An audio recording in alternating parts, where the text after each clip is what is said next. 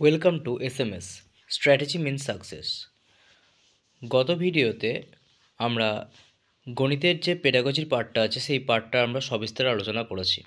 ঠিক আছে, তো আমরা এই যে ভিডিওটা নিয়ে এসেছি এটা আমরা করেছি গণিতের যে পেডাগজি পার্টের এমসিকিউ কোয়েশ্চেন আছে, যেমনটা আগের ভিডিওতেও বলা হয়েছিল। ভিডিওটা যদি তোমরা লক্ষ্য করো সেখানে আমি বলে দিয়েছিলাম দুটো পার্টে বিভক্ত থাকবে। একটা হচ্ছে পেডাগজি ম্যাথ পেডাগজির যে ডেসক্রিপটিভ পার্টটা থাকবে, যেটা আমি অলরেডি আপলোড করে দিয়েছি। আর আজকের যে ভিডিও সেটা হচ্ছে পেডাগজির যে এমসিকিউ পার্ট আছে, যেখানে খুব ইম্পর্টেন্ট কোয়েশ্চেন এবং প্রিভিয়াস ইয়ার কোয়েশ্চেনের একটা মিক্স সেট থাকবে 100টা। তো এই সেই 100টা সেটের কোয়েশ্চেন নিয়ে গিয়ে চলে এসেছি। তো কথা না বাড়িয়ে শুরু করা যাক আজকের কোয়েশ্চেন। গণিতের প্রকৃতি কেমন? গণিতের প্রকৃতি হলো যৌক্তিক, আলংকারিক, জটিল না কোনোটিই নয়। গণিতের প্রকৃতি হলো যৌক্তিক। মূল্যায়ন হলো কেবল শিক্ষার্থীর অগ্রগতির খতিয়ান, কেবলমাত্র শিক্ষা কার্যক্রমের খতিয়ান, শিক্ষার্থীর অগ্রগতি ও শিক্ষা কার্যক্রমের খতিয়ান এবং কোনোটিই নয়। সঠিক উত্তর হয়ে যাবে শিক্ষার্থীর অগ্রগতি এবং শিক্ষা কার্যক্রমের খতিয়ান। ঠিক আছে, মূল্যায়ন তাহলে হয়ে যাবে শিক্ষার্থীর অগ্রগতি এবং শিক্ষা কার্যক্রমের খতিয়ান। এগুলো এইরকম কোয়েশ্চেন যখন সলভ করব তখন এই সমস্ত কোয়েশ্চেন আমরা বইয়েতে ডিরেক্টলি এরকমভাবে পড়বো না, মানে পড়তে পাবো না। তো এগুলো আমরা কী করব, যে এটা আমরা দেখব কোনটা পজিটিভ কথা বলছে কোনটা নেগেটিভ কথা বলছো।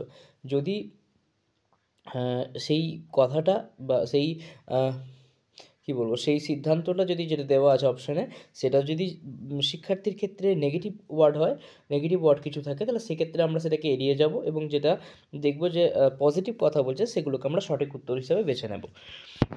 নিচের কোন শিক্ষা সহায়ক উপকরণটি গণিত শিক্ষণের ক্ষেত্রে অধিক উপযোগী? দৃষ্টি নির্ভর সহায়ক উপকরণ, শ্রুতি নির্ভর সহায়ক উপকরণ, দৃষ্টি শ্রুতি নির্ভর সহায়ক উপকরণ, পঠনযোগ্য সহায়ক উপকরণ। তাহলে আমরা দেখব দৃষ্টি শ্রুতি যেটা দুটোই হবে, সেটা কিন্তু বেশি মনে থাকার সম্ভাবনা বেশি, যেখানে দেখাও যাবে এবং শোনাও যাবে, যেমন হচ্ছে টেলিভিশন।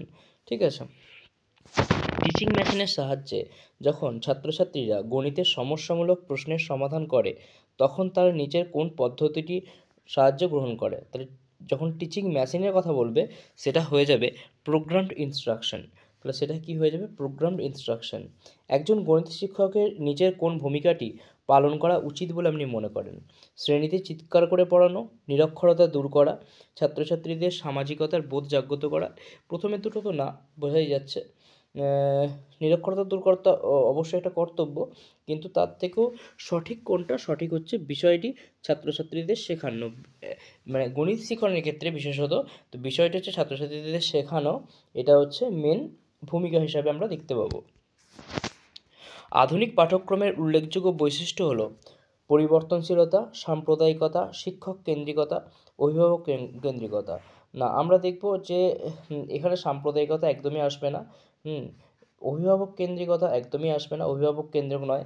এখন শিক্ষক কেন্দ্রিক তো মোটেই নয়, এখনকার মানে শিক্ষণ যে প্রক্রিয়াটা সেটা কিন্তু শিশুকেন্দ্রিক। ঠিক আছে, শিশুকেন্দ্রিক শিক্ষার জনক হচ্ছেন রুশো। তো এইটা শিশুকেন্দ্রিক শিক্ষা, যেটা যেখানে শিশু নিজে নিজেই কাজ করবে এবং শিক্ষক তারা ফ্যাসিলিটেট হিসেবে কাজ করবে। তাহলে এখানে আমরা দেখতে পাবো পরিবর্তনশীলতা। ঠিক আছে, সেই জিনিসটাই হচ্ছে এখানকার সঠিক আনসার হয়ে যাবে, পরিবর্তনশীলতা। তাহলে শ্রেণীতে ছাত্রছাত্রীদের গণিত শেখাতে হবে তার পছন্দ অপছন্দের ভিত্তিতে, তাদের মানসিক বিকাশ অনুযায়ী, তাদের মানসিক উন্নতি অনুযায়ী, উপরে সবকটি। এই ধরনের যখন অ্যান্সার দেখব, যেখানে দেখব একটার বেশি অপশানে পজিটিভ জিনিস দেওয়া আছে, সেক্ষেত্রে আমার উপরে সবকটি অ্যান্সার থাকলে উপরে সবকটি হয়ে যাওয়ার চান্সেস হাই। ঠিক আছে, এইভাবে কিন্তু আমরা সলভ করব, কারণ প্রত্যেকটা কোয়েশ্চেন কিন্তু আমরা কমন পাবো না। আমরা যতই পেডাগজি পড়ে যাই, পেডাগজি যদি 20 বছর ধরে পড়ি, তাতেও কিন্তু এই ধরনের কোয়েশ্চেন থাকবে। তো এই ধরনের কোয়েশ্চেন কিন্তু সলভ করার ওই একটাই নিয়ম, যে একটার বেশিতে যদি আমরা দেখি পজিটিভ কথা রয়েছে একটা বেশি অপশানে, তাহলে কিন্তু উপরে সবকটি অ্যান্সার থাকলে সেটাই অ্যান্সার হয়ে যাবে। পরবর্তী কোয়েশ্চেন 8 নম্বরে দেখে নেব। গণিতের ক্লাসে কোনো শিক্ষার্থীর হীনমন্যতা দেখা দিলে সে অধিকাংশ সময় তর্ক করে। হীনমন্যতা যার থাকবে সে তর্ক করবে না, কারণ সে কী করবে? সে নিজেদেরকে নিজের মধ্যে লুকিয়ে রাখে। এই যে এটা সঠিক উত্তর, নিজেকে নিজের মধ্যে লুকিয়ে রাখে। সর্বদাই মেজাজ হারিয়ে ফেলে না, সে এসব করবেই না, কারণ সে একদম নিজের মধ্যে সে সীমাবদ্ধ, সে কথাও খুব কম বলবে, সে সামাজিক মিথস্ক্রিয়াও কম করবে, যে স্কুলের বাকি যে সমস্ত পাপলস রয়েছে তাদের সঙ্গেও মেলামেশা কম করবে, শিক্ষকের সঙ্গেও করবে মেলামেশা কম, নিজেকে বেশি প্রকাশ করে না। এটা তো একদমই উল্টোটা, নিজেকে প্রকাশ কারা বেশি করে, তারা হচ্ছে এক্সট্রোভার্ট। আর ইন্ট্রোভার্ট যারা, তারা কিন্তু সাধারণত হীনমন্যতায় ভোগে। সাধারণত বিদ্যালয় ছুট সমস্যাটির সমাধান করা যায় ছাত্রছাত্রীদের অর্থ সাহায্যের মাধ্যমে? একদমই না। ছাত্রছাত্রীদের প্রতি সহানুভূতিমূলক আচরণ প্রদর্শনের মাধ্যমে বিদ্যালয় ছুট কমানো যাবে না। স্কুলের পরিবেশকে ছাত্রছাত্রীদের কাছে আকর্ষণীয় করে তোলার মাধ্যমে, হ্যাঁ, একদমই সঠিক। স্কুলের যে পরিবেশ, সেটা যদি আকর্ষণীয় করে তোলা যায় ছাত্রছাত্রীদের কাছে, তাহলে তারা প্রতিদিন সেখানে আসতে এবং প্রতিদিন সেখানে এসে সেই তাদের যেহেতু সেখানে আকর্ষণ ক্রিয়েট হয়েছে, তার জন্য তারা সেই আকর্ষণের পরিপ্রেক্ষিতে তারা প্রতিদিন স্কুলে আসতে চাইবে। কোনোটিই না, এটা তো অ্যান্সার হতে পারে না। 10 নম্বর কোয়েশ্চেন বলছে, একজন গণিত শিক্ষক বা শিক্ষিকা হিসেবে আপনি ক্লাস টেস্টের জন্য কোন প্রকার প্রশ্ন নির্বাচন করবেন? এখন রচনাধর্মী প্রশ্নের কথা একদম বলা হচ্ছে না প্রাথমিক শিক্ষার ক্ষেত্রে।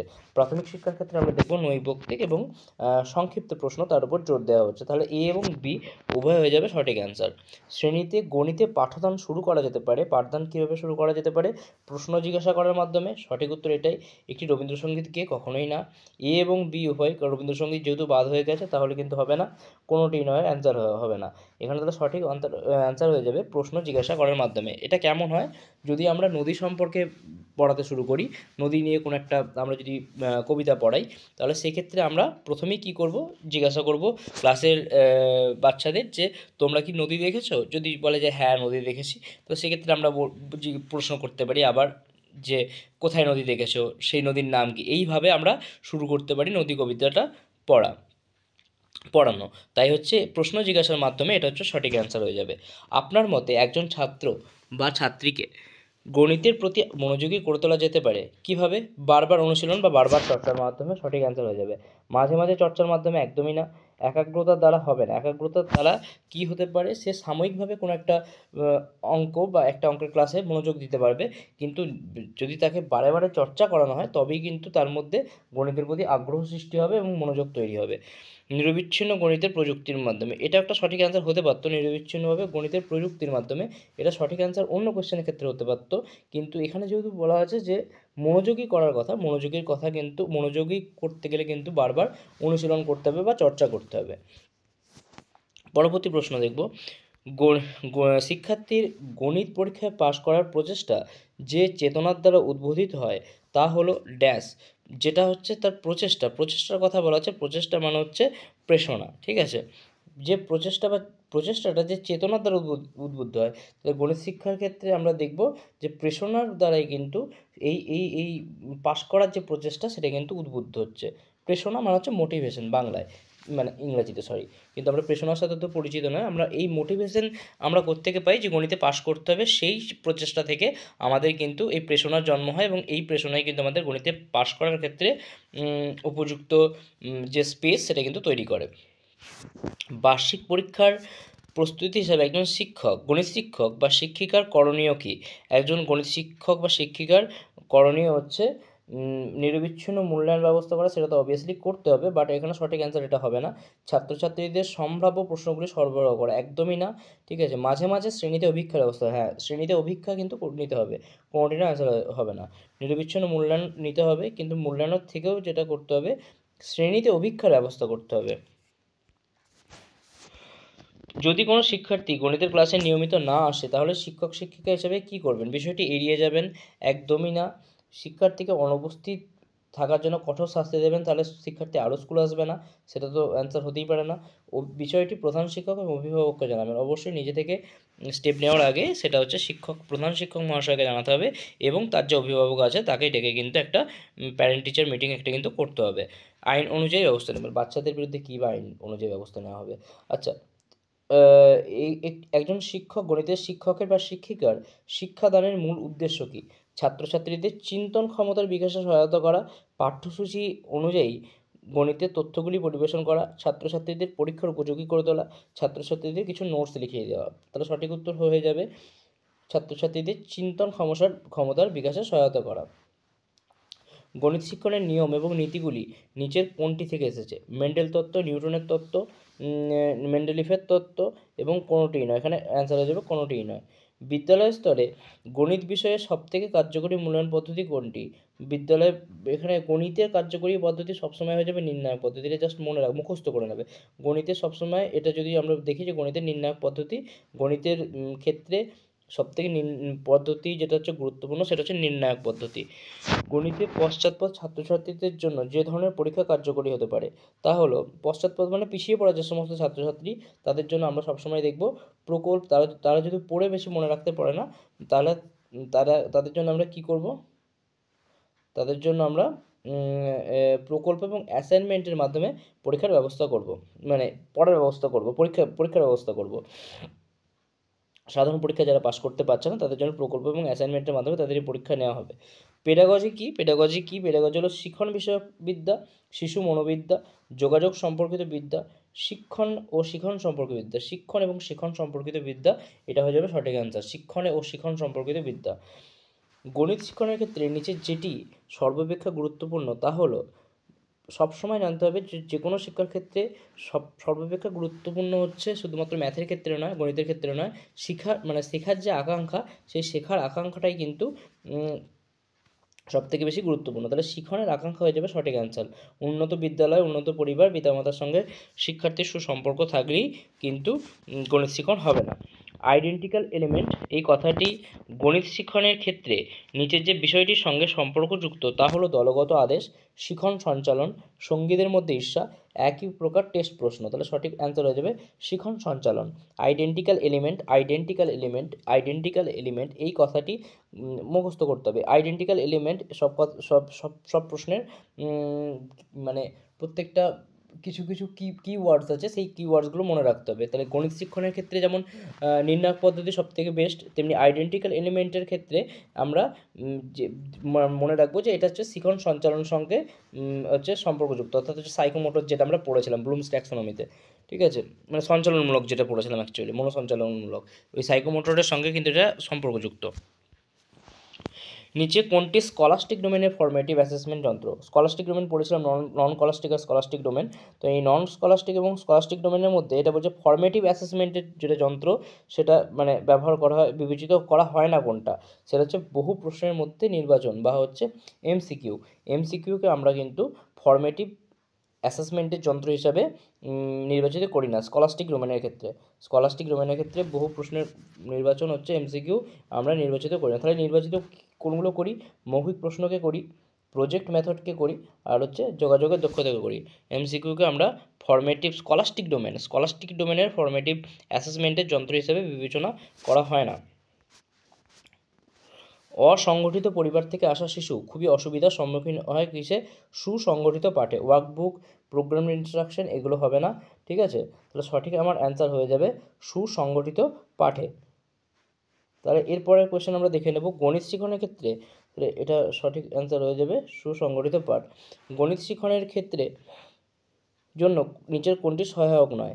কোনটা সহায়ক নয়? নিয়মিত গণিত চর্চা তো অবভিয়াসলি করতে হবে, নিচে পড়াশুনো করতে হবে, গণিত শিক্ষকের কাছে বুঝে নিতে হবে, কিন্তু সহায়িকা পুস্তক ব্যবহার, তাহলে সহায়িকা পুস্তক ব্যবহার কিন্তু যেটাকে আমরা আগে ব্যবহার করতাম মানে দেখতাম যে অনেকে ব্যবহার করছে, বা আমরাও নিজেরাও করেছি অনেক ক্ষেত্রে, যেটা হচ্ছে মেড ইজি একটা পাওয়া যেত বই তখন। ঠিক আছে, তো মেড ইজি বই আমরা ইউজ করতাম, কিন্তু সেটা কিন্তু কখনোই উচিত নয়। তো এটা আমরা কিন্তু জেনে রাখবো যে গণিত শিক্ষণের ক্ষেত্রে কিন্তু এটা কিন্তু দরকার নেই, মানে উচিত না করা। তাহলে গণিত শিক্ষণের ক্ষেত্রে নিচের যে বক্তব্যটিকে আপনি সঠিক বলে মনে করেন তা হলো, সুশিক্ষণের জন্য শিক্ষণ দরকার, শিক্ষণকে ত্বরান্বিত করে, শিক্ষণ হলো শিক্ষণের পূর্বশর্ত, শিক্ষণ ছাত্রছাত্রীদের প্রথম পদক্ষেপকে বাধাদান করে। তাহলে শিক্ষণকে ত্বরান্বিত করে, তাহলে টিচিংটা কী করে? লার্নিংকে ত্বরান্বিত করছে। ওকে,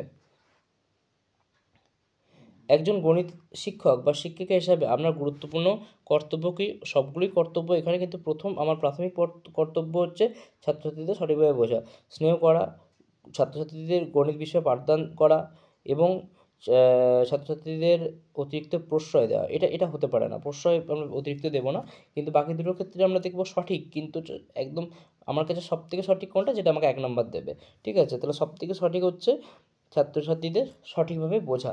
ঠিক আছে, আমরা গুরুত্বপূর্ণ প্রথম কাজ এটা, কারণ প্রত্যেক যে শিক্ষার্থী থাকে তারা একই সামাজিক পরিবেশ, একই মানে পরিবেশ, একই পারিবারিক যে পরিবেশ, সেই জায়গা থেকে, একই জায়গা থেকে তারা আসে না। তাই প্রথমেই দরকার তাদের যে এই যে ইন্ডিভিজুয়াল ডিফারেন্সেসের যে ব্যাপারটা রয়েছে, সেই ডিফারেন্সেসটার উপর ভিত্তি করে তাদেরকে সঠিকভাবে বোঝা এবং সেই অনুযায়ী তাদেরকে পড়ানো। তাহলে একজন আদর্শ গণিত শিক্ষকের বা শিক্ষিকার সর্বাপেক্ষা গুরুত্বপূর্ণ কাজ কি? গণিত শিক্ষণের উদ্দেশ্য নিরূপণ করা। ওকে, তাহলে গণিত শিক্ষকের বা শিক্ষিকার সর্বাপেক্ষা গুরুত্বপূর্ণ কাজ হচ্ছে গণিত শিক্ষণের উদ্দেশ্য নিরূপণ করা, গণিতের দুরূহ বিষয় বা সমস্যাগুলি সমাধান করা, গণিতের সহ পাঠক্রমিক কাজ পরিচালনা করা, নির্দিষ্ট সময়ের আগে পাঠ্যসূচি শেষ করা। এগুলো সবই একদিক থেকে সঠিক অ্যান্সার এগুলো, কিন্তু সর্বাপেক্ষা আমাকে প্রথম কোনটাকে দেখতে হবে? প্রথম দেখতে হবে যে গণিতের উদ্দেশ্য কি সেটাকে নিরূপণ করা হচ্ছে শিক্ষক শিক্ষার সর্বাপেক্ষা গুরুত্বপূর্ণ কাজ, সর্বাপেক্ষা যেহেতু বলেছে। ওকে, বর্ণালী ভালো নাচতে পারে, গানও গায়, কিন্তু অঙ্কে কাঁচা।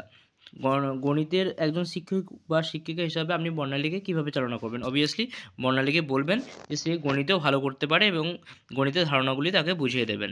আপনার মতে একজন গণিত শিক্ষক বা শিক্ষিকা হওয়ার জন্য নিচের কোনটি বিশেষ প্রয়োজন? গণিত শিক্ষক বা শিক্ষিকা হওয়ার জন্য এটা সবসময় মনে রাখতে হবে, শুধু গণিত শিক্ষক না, যে কোনো শিক্ষক, যে কোনো সাবজেক্টের এটা পেডাগজিতেই যদি আসে তাহলে কিন্তু মনে রাখতে হবে সঠিক ব্যক্তিত্ব কিন্তু প্রথম এটার জন্য নিডেড। ঠিক আছে, তো সঠিক ব্যক্তিত্ব হওয়া প্রথম হচ্ছে তার মধ্যে প্রথম। তারপরে আমরা চলে যাব গণিতের ক্লাসে ছাত্রছাত্রীদের মনোযোগ আকর্ষণের জন্য একজন শিক্ষক বা শিক্ষিকা হিসাবে আপনি কী করবেন? ছাত্রছাত্রীদের সঙ্গে চোখে চোখ রেখে, ঠিক আছে, আই কন্ট্যাক্ট যেটাকে বলা হয়, রেখে গণিত বিষয়ে কথা বলবেন, এটাই সঠিক অ্যান্সার। গণিত না পারলে ছাত্রছাত্রীদের ভর্ৎসনা করবেন, নেগেটিভ ওয়ার্ডস ভর্ৎসনা আমরা কখনোই করতে পারবো না, কোনো ছাত্রছাত্রী কি করতে পারবো না। ছাত্রছাত্রীদের গণিতের পাঠ দেওয়ার সময় টেবিলের চাপড় মেরে শব্দ করবেন না, একদমই করব না। উচ্চস্বরে কথা বলবেন, একদমই না, নমনীয়ভাবে কথা বলতে হবে। তাহলে এগুলো সবকটাই নেগেটিভ। তাহলে ছাত্রছাত্রীদের কী করতে হবে? আই কন্ট্যাক্টে রেখে তাদের যে গণিত বিষয়ে আমরা কথা বলবো। আপনি একজন গণিত শিক্ষক বা শিক্ষিকা চতুর্থ শ্রেণীতে একটি অবসর ক্লাস পেলে আপনি কী করবেন? নিজেদের মধ্যে গল্প করতে বলবেন ছাত্রছাত্রীদের? না। ছুটি দিয়ে দেবেন? একদমই না। ক্লাসে চুপ করে বসে থাকতে বলবেন? না। ছাত্রছাত্রীদের কোনো কাজ দেবেন? হ্যাঁ, এটা তুলনামূলকভাবে সঠিক অ্যান্সার। ছাত্রছাত্রীদের কোনো কাজ দেওয়া হবে। কোনো ক্লাসে ছাত্রছাত্রীরা গণিতের পাঠ বুঝতে না পারলে একজন শিক্ষক বা শিক্ষিকা হিসেবে আপনারা কী করবেন? বিভিন্ন উদাহরণের সাহায্যে বিষয়টিকে ছাত্রছাত্রীদের কাছে উপযোগী করে বলবেন। একজন গণিত শিক্ষক শিক্ষিকা হিসাবে আপনি কোন আচরণটি ক্লাসে অবলম্বন করবেন? আমরা সবসময় দেখব গণতান্ত্রিক পরিবেশ, আমার যে কোনো, শুধুমাত্র গণিত বলে না, যে কোনো আমরা ক্লাসের ক্ষেত্রেই দেখব আমরা কিন্তু গণতান্ত্রিক পদ্ধতিকে অবলম্বন করব। আমরা এটা সঠিক অ্যান্সার। চরমপন্থী, স্বৈরতান্ত্রিক, নরমপন্থী, এই তিনটের কোনোটাই সঠিক অ্যান্সার হবে না। গণিত ক্লাসে কোনো ছাত্র বা ছাত্রী যদি অঙ্ক গতানুগতিক নিয়মে না করে বিকল্পভাবে সমাধান করে তাহলে শিক্ষক বা শিক্ষিকা হিসাবে নিয়ে কী করবেন? তাহলে কী করব? তাকে অবভিয়াসলি উৎসাহিত করতে হবে। গণিত বিষয়ে শিক্ষার্থীর কৌতূহলের সঙ্গে নিচের যে বিষয়টি সংযুক্ত নয় সেগুলো কি? গণিতের শিক্ষার্থীর কৌতূহলের সঙ্গে উৎসাহ আমাদের দিতে হবে, কর্মচঞ্চলতা তার মধ্যে থাকতে হবে, উদ্দীপনা থাকতে হবে, কিন্তু একাকিত্বের সঙ্গে কোনোভাবেই যাচ্ছে না, এটা নেগেটিভ ওয়ার্ড। ঠিক আছে, আমরা একাকিত্ব, তারপর হচ্ছে কী বলবো, ইন্ট্রোভার্ট, হীনমন্যতা, এই সকলগুলো হচ্ছে নেগেটিভ ওয়ার্ড। এগুলো কিন্তু কখনোই আমরা যেখানেই দেখবো সেটা কিন্তু সঠিক অ্যান্সার হবে না। ছাত্রছাত্রীরা ক্লাসে সেই গণিত শিক্ষককে খুবই শ্রদ্ধা করেন যিনি খুবই সাধারণভাবে থাকেন, যিনি খুব ক্লাসে তাড়াতাড়ি আসেন। এগুলো সঠিক, সবকটাই কম বেশি সঠিক, কিন্তু সঠিক অ্যান্সার কিন্তু এগুলো নয়। সঠিক অ্যান্সার হয়ে যাবে গণিতের সমস্যাগুলি ছাত্রছাত্রীদের কাছে ভালো করে বুঝিয়ে যিনি দেন তিনি কিন্তু খুবই পপুলার হন এবং শ্রদ্ধা পাত্র হন। আমরা দেখব হয়তো স্কুলেতে আমরা পড়াশোনা করে এসেছি, অনেক শিক্ষক ছিলেন যারা খুব ভালো অঙ্ক পারতেন, কিন্তু আমরা তাদেরকেই বেশি শ্রদ্ধার চোখে দেখতাম বা বেশি বলতাম, দেখেছো এই টিচারটা কিন্তু দারুণ অঙ্ক করান। তো আমরা কিন্তু তাকেই সবথেকে বেশি শ্রদ্ধা করতাম যার অঙ্ক ক্লাসে আমরা অঙ্কটাকে বুঝতে পারতাম, অর্থাৎ তিনি বুঝিয়ে সেই অঙ্কটাকে করাতে পারতেন। ছাত্রছাত্রীদের কখনোই শাস্তি দেন না, সেটা সঠিক অ্যান্সার নয়। ঠিক আছে, তাহলে সঠিক অ্যান্সার হয়ে যাবে ভালো করে যিনি বুঝিয়ে দেন।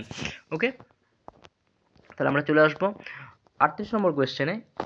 শিক্ষার্থীর গণিত বিষয়ে ধারণার বিকাশ প্রাথমিকভাবে নিচের যেটির সঙ্গে সম্পর্কযুক্ত, তাহলে গণিতের ধারণার যে বিকাশ সেটা কিন্তু আমরা দেখব কিসের সঙ্গে সম্পর্কযুক্ত, ধারণার বিকাশটা হয়ে যাবে বৌদ্ধিক বিকাশের সঙ্গে সম্পর্কযুক্ত। গণিতের ক্লাসে ব্যবহৃত ব্ল্যাকবোর্ড এবং গ্রাফবোর্ড হলো এক প্রকার দর্শন নির্ভর শিক্ষা সহায়ক উপাদান। শ্রুতি নির্ভর নয়, শ্রুতি নির্ভর যখন কোনো অডিও বক্স থাকবে সেটাকে আমরা বলবো শ্রুতি নির্ভর, ঠিক আছে। স্বয়ং শিখন যেটা সে নিজে নিজে করতে পারবে।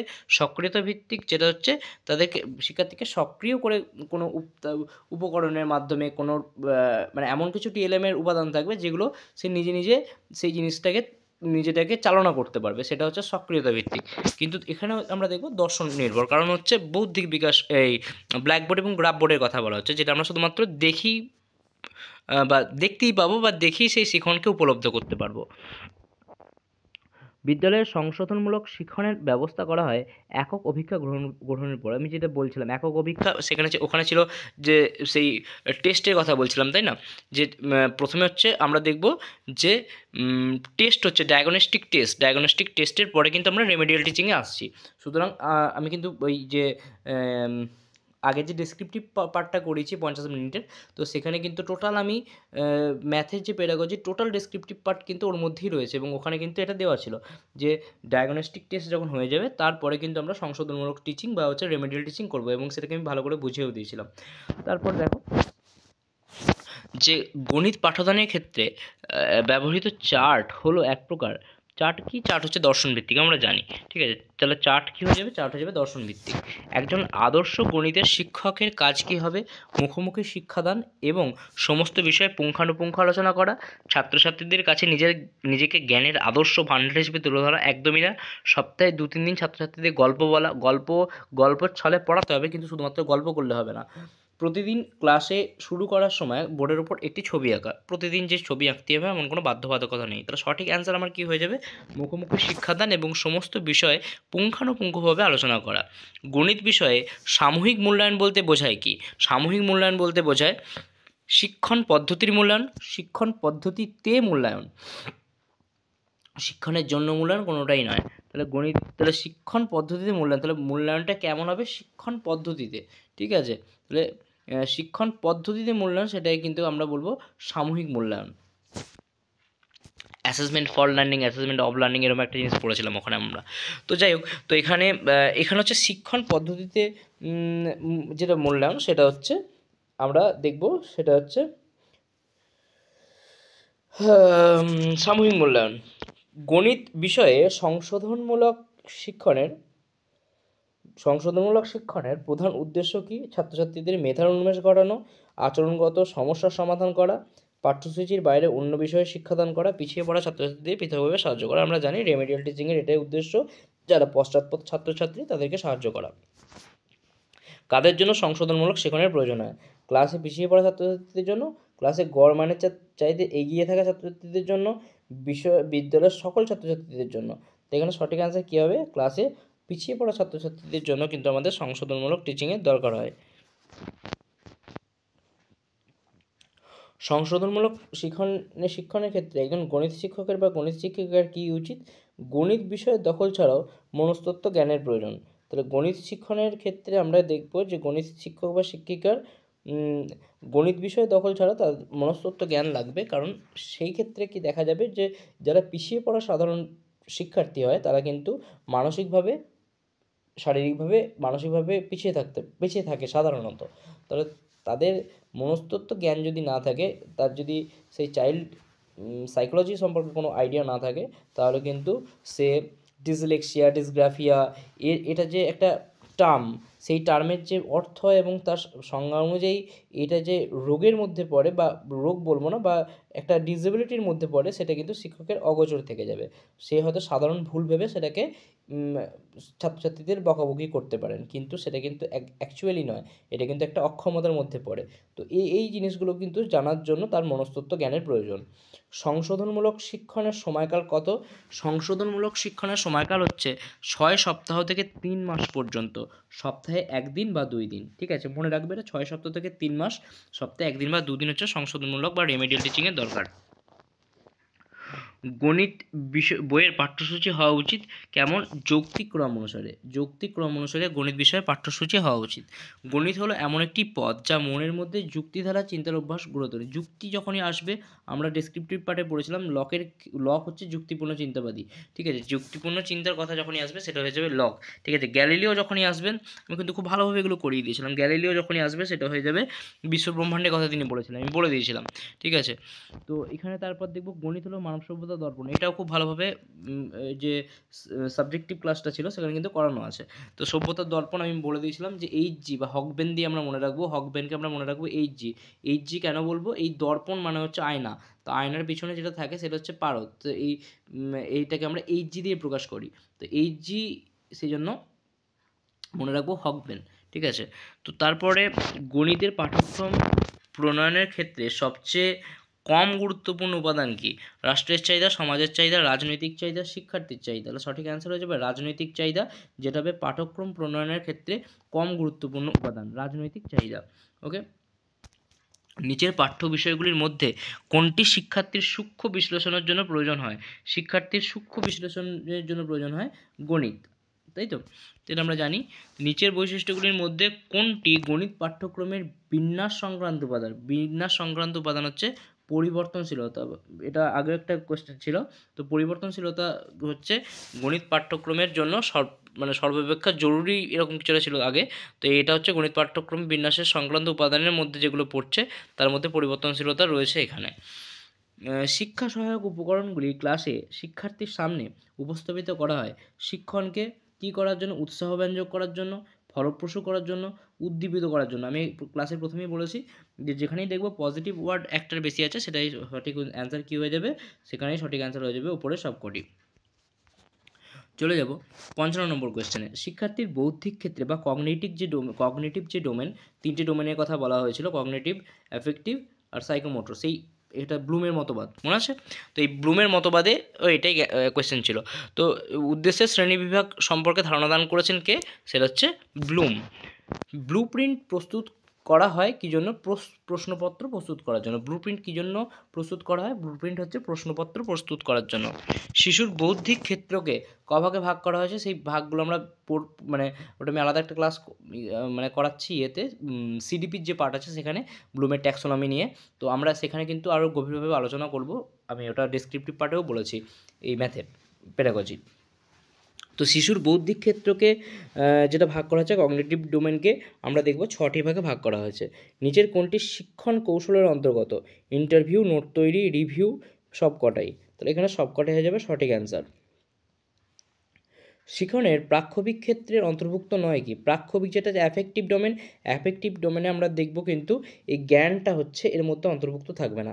সংগঠন, চরিত্রায়ন, ঠিক আছে, ক্যারেক্টারাইজেশন, সংগঠন, এই মূল্য আরোপিত যেটা হচ্ছে মূল্য আরোপিত করা, ঠিক আছে, যেটাকে আমরা মূল্যায়ন বলছি, এটাও কিন্তু সমস্তগুলোই কিন্তু আমার অ্যাফেক্টিভ ডোমেনের মধ্যে রয়েছে। কিন্তু জ্ঞানটা কিন্তু আমার অ্যাফেক্টিভ ডোমেনের মধ্যে থাকছে না, ঠিক আছে? এটা কিসে থাকছে? কগনিটিভে থাকছে। তো এটা ওই ব্লুমের ট্যাক্সোনমি থেকে আসছে। ব্লুমের ট্যাক্সোনমিটা এখানে কিন্তু আমরা দেখব যে এটা প্রাক্ষবিক ক্ষেত্র, অ্যাফেক্টিভ অ্যাকচুয়ালি প্রাক্ষবিক ক্ষেত্র, সেখানের মধ্যে কিন্তু এটা আসছে না। প্রত্যক্ষণ সেট, কৌশল এবং নিয়ন্ত্রিত প্রতিক্রিয়া শিখনের যে ক্ষেত্রটির সঙ্গে সম্পর্কিত তা হলো চিন্তন কর্ম সমন্বয় ক্ষেত্র, ঠিক আছে? চিন্তন কর্ম সমন্বয়, অর্থাৎ যেটাকে আমরা সাইকোমোটর বলছি, সাইকোমোটর ডোমেন, ব্লুমের ট্যাক্সোনমি থেকে এটাও, ঠিক আছে? ব্লুমের ট্যাক্সোনমি থেকে কিন্তু কোয়েশ্চেন আসবে, তাই ব্লুমের ট্যাক্সোনমি একটা আলাদা ক্লাস আমি করিয়ে দেবো। তো ব্লুমের ট্যাক্সোনমিতে আমরা দেখব যে প্রত্যক্ষণ সেট, কৌশল এবং নিয়ন্ত্রিত প্রতিক্রিয়া যেগুলোতে আসছে সেগুলো হচ্ছে চিন্তন সমন্বয় ক্ষেত্রের মধ্যে। জ্ঞান, বোধ, উপলব্ধি, প্রয়োগ, বিশ্লেষণ, সংশ্লেষণ এবং মূল্যায়ন, এই 6টি বিষয় নিচের যে ক্ষেত্রের সঙ্গে যুক্ত তা হলো বৌদ্ধিক ক্ষেত্র। এই বৌদ্ধিক ক্ষেত্রের মধ্যে এইগুলো পয়েন্ট রয়েছে। ওকে, প্রতিক্রিয়া করা, মূল্য আরোপিত করা, সংগঠন, চরিত্রায়ন, গ্রহণ বা মনোনিবেশ করা, এই 5টি বিষয় শিক্ষণের কোন ক্ষেত্রের সঙ্গে সম্পর্কযুক্ত সেটা আমরা দেখব প্রাক্ষবিক ক্ষেত্র বা অ্যাফেক্টিভ ডোমেনের মধ্যে। গণিতের নৈর্ব্যক্তিক প্রশ্নের মধ্যে কি থাকে? যথার্থতা, নির্ভরযোগ্যতা, কভারেজ, সবকটি। সঠিক উত্তর হয়ে যাবে সবকটি। মূল্যায়ন এবং পরীক্ষা এই দুটি একই, আপনি কি এই ধারণার সঙ্গে একমত? না, অবভিয়াসলি না। মূল্যায়ন এবং পরীক্ষা দুটো আলাদা আলাদা জিনিস, ঠিক আছে?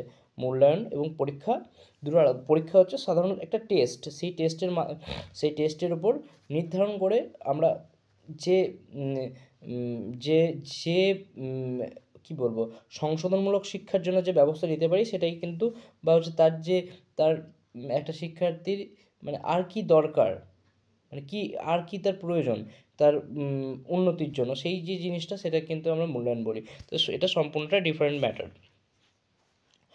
প্রাথমিক স্তরের শিশুদের গণিত শিক্ষণ কৌশল হিসাবে নিচের যেটি একবারেই গ্রহণযোগ্য নয় তা হলো সিম্পোজিয়াম।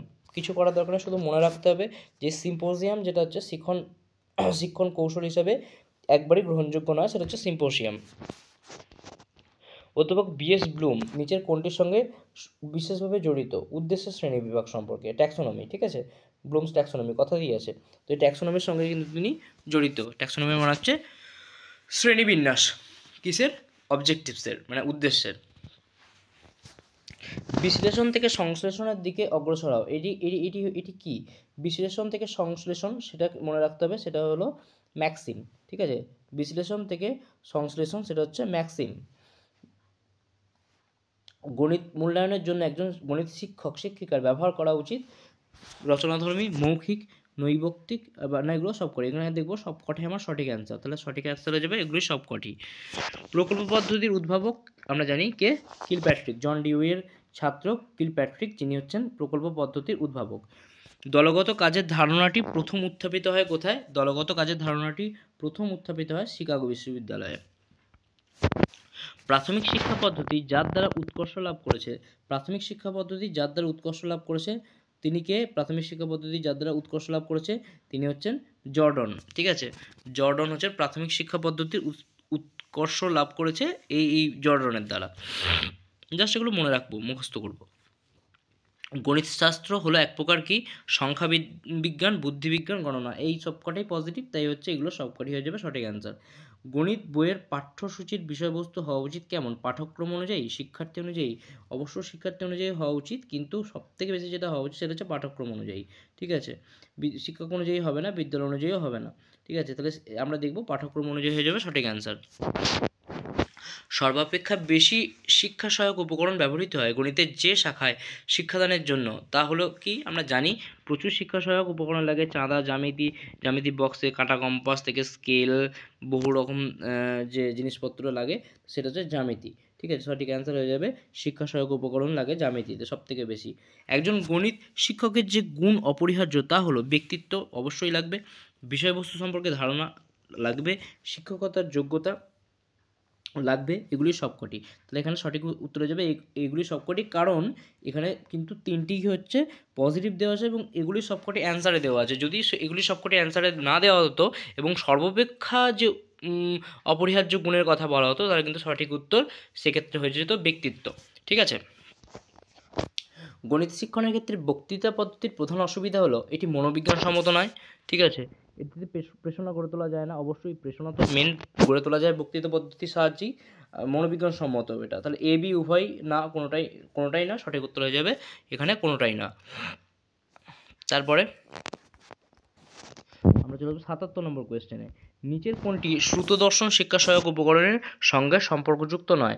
শ্রুত দর্শন মানে দেখাও যাবে এবং দর্শন, শ্রুত দর্শন শোনাও যাবে। শ্রুত মানে শোনাও যাবে, দর্শন মানে দেখা যাবে। দূরদর্শন হ্যাঁ দেখাও যায়, শোনা যায়, কম্পিউটারে সেম দেখা যায়, শোনা যায়, ফিল্ম শোতেও তাই, কিন্তু ব্ল্যাকবোর্ডে আমরা দেখতে পাই কিন্তু শুনতে পাই না।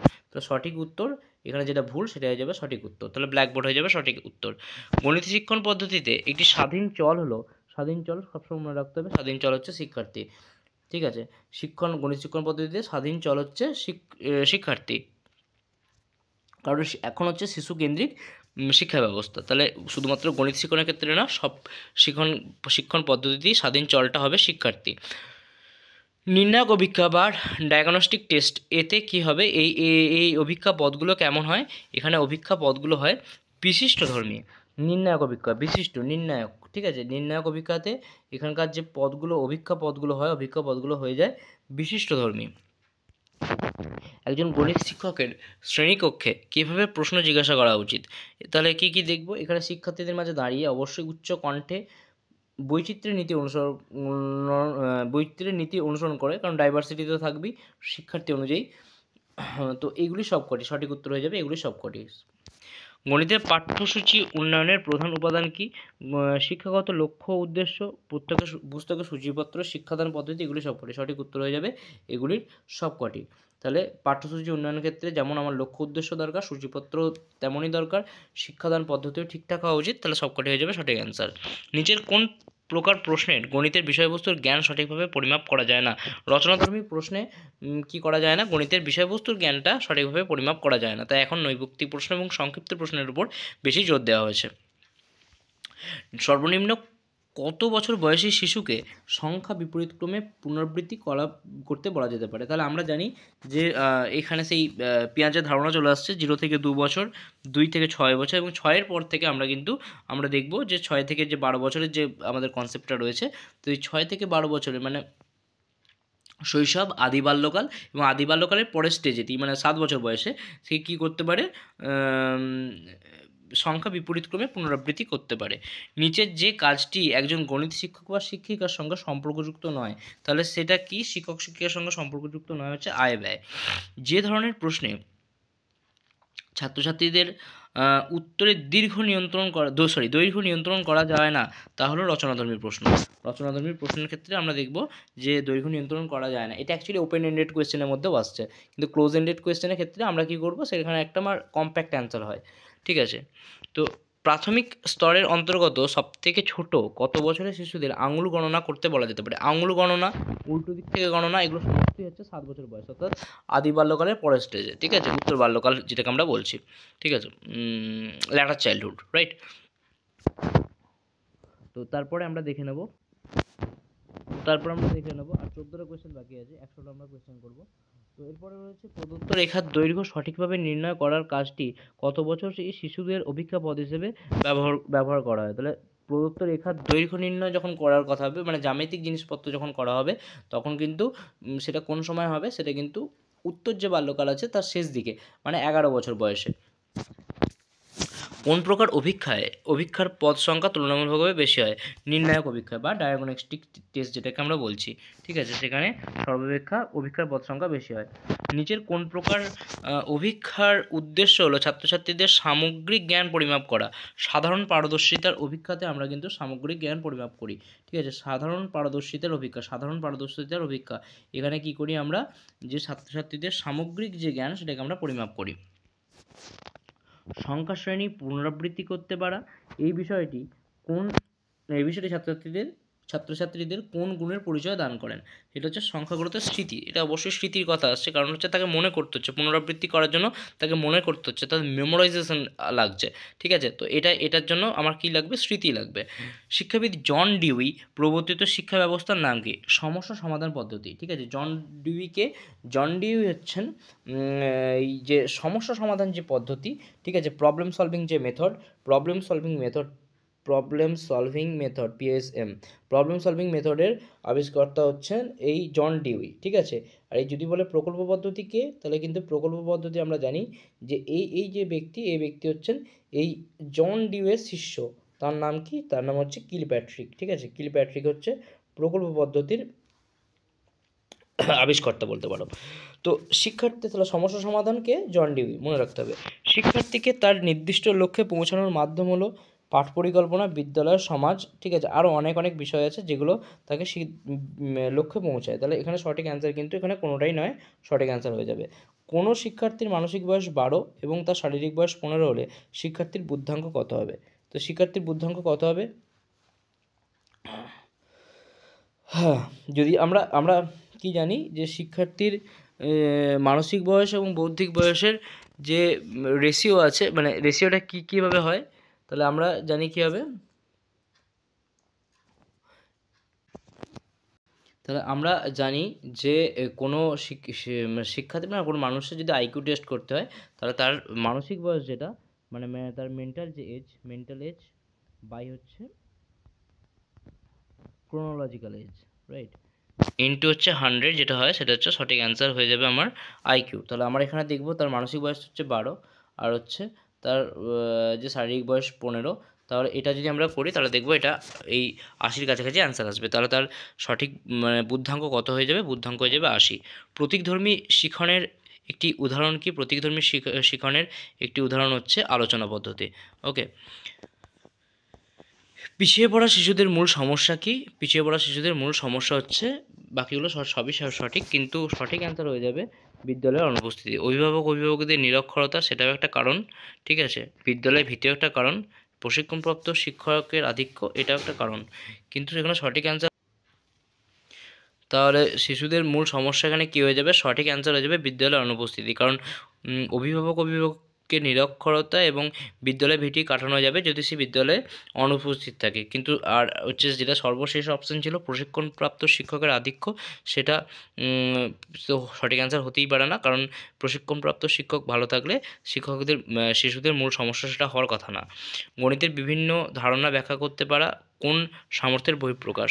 বিভিন্ন ধারণা ব্যাখ্যা করতে পারা সাধারণত বোধমূলক সামর্থ্যের বহিঃপ্রকাশ। গণিত শিক্ষণের ক্ষেত্রে শিশুর দেহ ও মনের মধ্যে সমন্বয় সাধন কে করে? শিশুর দেহ এবং মনের মধ্যে সমন্বয় সাধন করে সেটা হচ্ছে মস্তিষ্ক। আপনার মতে একজন গণিত শিক্ষক বা শিক্ষিকার প্রেরণা অর্থাৎ মোটিভেশনের মাত্রা নিচের কোন বিষয়টির উপর নির্ভর করে? নিচের বিষয় কোনটির উপর নির্ভর করে? পেশাগত দক্ষতা, হ্যাঁ কিছুটা বলতে পারি আমরা পেশাগত দক্ষতা, কিন্তু পেশাগত যেহেতু আছে এরকম বলছি না আমরা, অধিক বেতন প্রাপ্তি হতে পারে না, অধিক ছুটি উপভোগ হতে পারে না। শিক্ষার্থী এবং পেশার মধ্যে আনুগত্য, এটা হচ্ছে একদম সঠিক অ্যান্সার, মানে পেশার প্রতি আনুগত্য এবং শিক্ষার্থীর প্রতি আনুগত্য, সেটা হয়ে যাবে সঠিক অ্যান্সার। এবং তারপরে যদি আমরা দেখি যে শিশুর কাছে গণিত শিক্ষা বোঝা স্বরূপ হয়, যখন আমরা কখন দেখব যে গণিত শিক্ষা হচ্ছে বোঝা স্বরূপ হবে? যখন আমরা দেখব যে বিষয়বস্তু সে উপলব্ধি করতে পারছে না, হয়ে যাবে তার কাছে বোঝা স্বরূপ। এবং লাস্ট কোয়েশ্চেন হচ্ছে, আপনার গণিত ক্লাসে কোনো ছাত্র বা ছাত্রী আংশিক সঠিক উত্তর দিলে আপনি তাকে কী করবেন? পুনরায় তাকে বলার সুযোগ দেবেন। ঠিক আছে, হ্যাঁ পুনরায় তাকে বলার সুযোগ দেবো, কিন্তু অবশ্যই তার সঠিক যেটা তথ্য সেটা দেওয়ার পর তার উত্তরে ভুলটি বলে বসিয়ে দেবেন। বসিয়ে দেওয়া বা তাকে হচ্ছে তার উপর ডমিনেট করা কিন্তু কোনোভাবেই মানে আমাদের গণিত যে পেডাগজি সেটা কিন্তু সাপোর্ট করে না। তাকে বকাবকি করবেন, বকাবকি, তিরস্কার, মার, এগুলো একদমই নেগেটিভ। তো আমার সঠিক উত্তর হয়ে যাবে যে সঠিক তথ্য দিয়ে তাকে সহযোগিতা করা। ঠিক আছে, কোনো ছাত্রছাত্রী উত্তর ভুল দিলে, ঠিক আছে, বা আংশিক সঠিক উত্তর দিলে তাকে সঠিক তথ্য দিয়ে সহযোগিতা করা এবং তাকে পুনরায় বলার সুযোগ দেওয়া। এই যে এটা আছে এটা কিন্তু সঠিক, কিন্তু এটাকে পুনরায় বলার সুযোগ দেওয়া হবে তাকে সঠিক তথ্য দিয়ে সহযোগিতা করার পর, রাইট? তো এই 100টা কোয়েশ্চেন আমি আলোচনা করলাম যেগুলো প্রিভিয়াস ইয়ারে এসেছিলো এবং ইম্পর্টেন্ট কোয়েশ্চেন। তো আশা করি এটা তোমাদের খুবই হেল্প হবে। তো আমাকে অবভিয়াসলি জানিও যে ক্লাস কেমন লাগছে, এবং অবশ্যই চ্যানেলটাকে সাবস্ক্রাইব করে রাখো পরবর্তী ভিডিওর আপডেট পাওয়ার জন্য, এবং অবশ্যই ভিডিওতে যদি ভালো লাগে তাহলে একটা লাইক করে দিও। অসংখ্য ধন্যবাদ সবাইকে।